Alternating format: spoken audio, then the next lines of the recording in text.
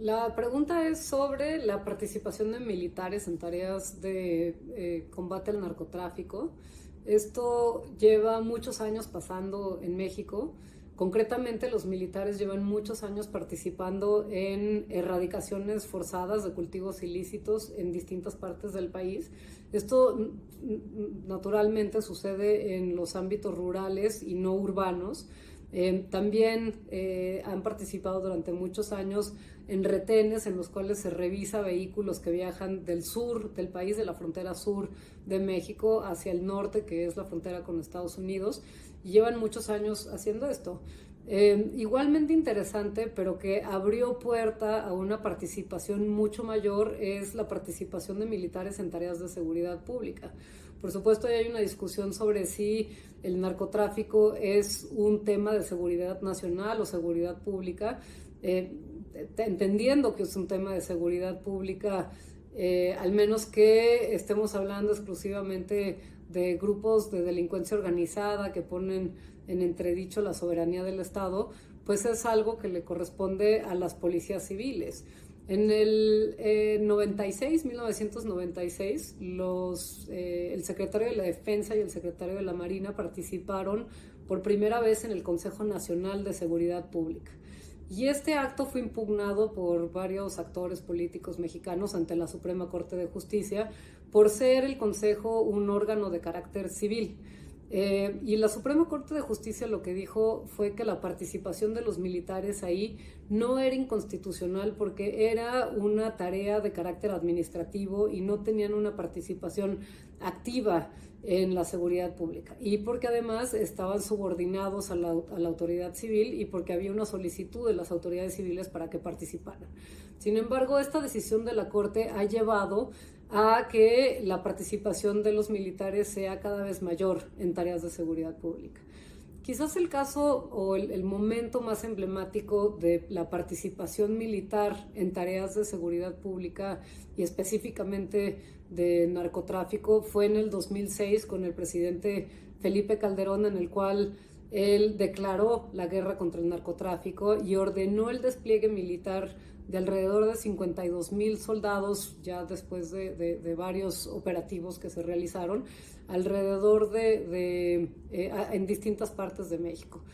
Fueron a Michoacán desplegados un enorme número de soldados, también a la frontera con Estados Unidos.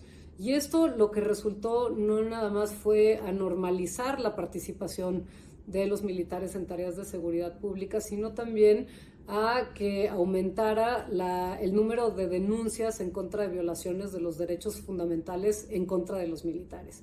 De hecho, fue tal en el caso de Chihuahua, que es un estado que está en la frontera norte de México, fue tal el aumento de estas denuncias que se tuvo que abrir un módulo especial para recibir las denuncias en contra de los militares y otras autoridades federales por violaciones a los derechos fundamentales.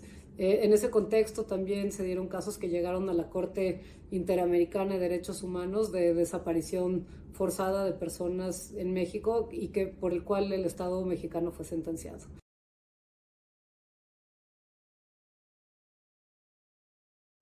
Las consecuencias que esto ha tenido en la vida pública mexicana, la militarización de la seguridad pública y del uso de militares para combatir el narcotráfico, para tratar de resolver el problema de las drogas, son distintas.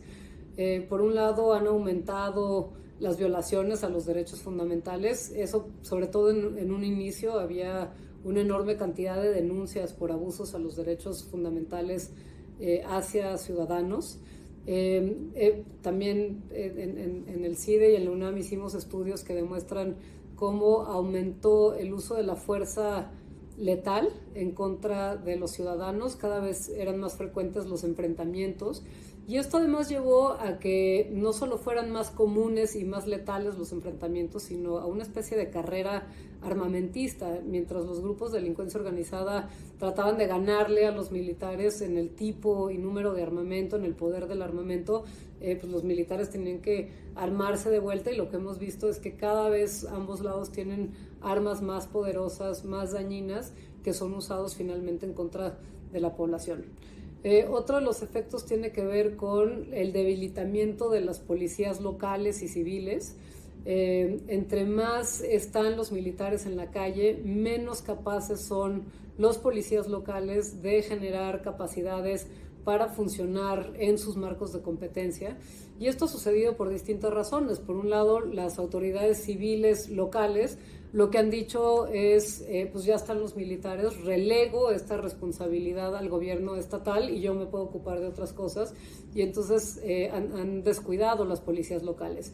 Algo que es importante y que pocas personas saben es que el despliegue de los militares en México no es gratuito, sino que cuando se despliegan militares a distintas partes del territorio nacional es con cargo al erario de los estados. Entonces, si el estado de Chihuahua recibe un nuevo despliegue militar, la presencia de esos militares tiene que ser pagado con los recursos de seguridad del estado, lo que implica que hay menos recursos para sus propias policías y las funciones que tiene el estado. Entonces, lo que ha resultado es el debilitamiento de las policías locales, tanto en sus capacidades como en la posibilidad que tienen de equipar a sus miembros y tener mejores recursos.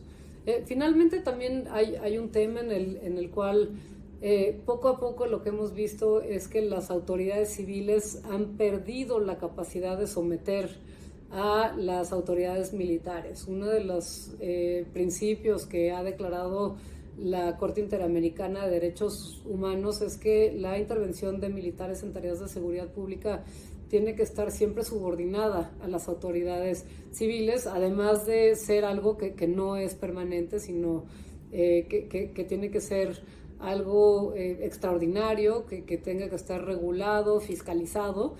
Lo que hemos visto en el caso mexicano es que los militares no están ya subordinados a las autoridades civiles. En nuestro caso, el presidente López Obrador dice que él es el comandante en jefe y el hecho de que estén subordinados a él ya los hace subordinados a la autoridad civil, pero eso no es a lo que se refiere. Se refiere a que realmente hubiera un aparato civil que subordine y controle el actuar de las Fuerzas Armadas, lo cual no sucede en México. Por supuesto, ya no es algo extraordinario, es algo que sucede ya de manera permanente y pues no hay mecanismos de regulación, no hay mecanismos de fiscalización del actuar de los militares. Entonces, pues cada vez es más común en la vida pública de México ver la actuación de los militares, ver la presencia de los militares. Y en realidad, pues, dado que son Fuerzas Armadas e instituciones de seguridad nacional, pues por su naturaleza son más opacas, tienen reglas especiales en términos de rendición de cuentas, cuál es la información que dan a conocer a la ciudadanía, y todo termina siendo muy alejado a lo que es una política de seguridad pública, no nada más que funcione, sino que sea democrática y que sirva para pacificar al país.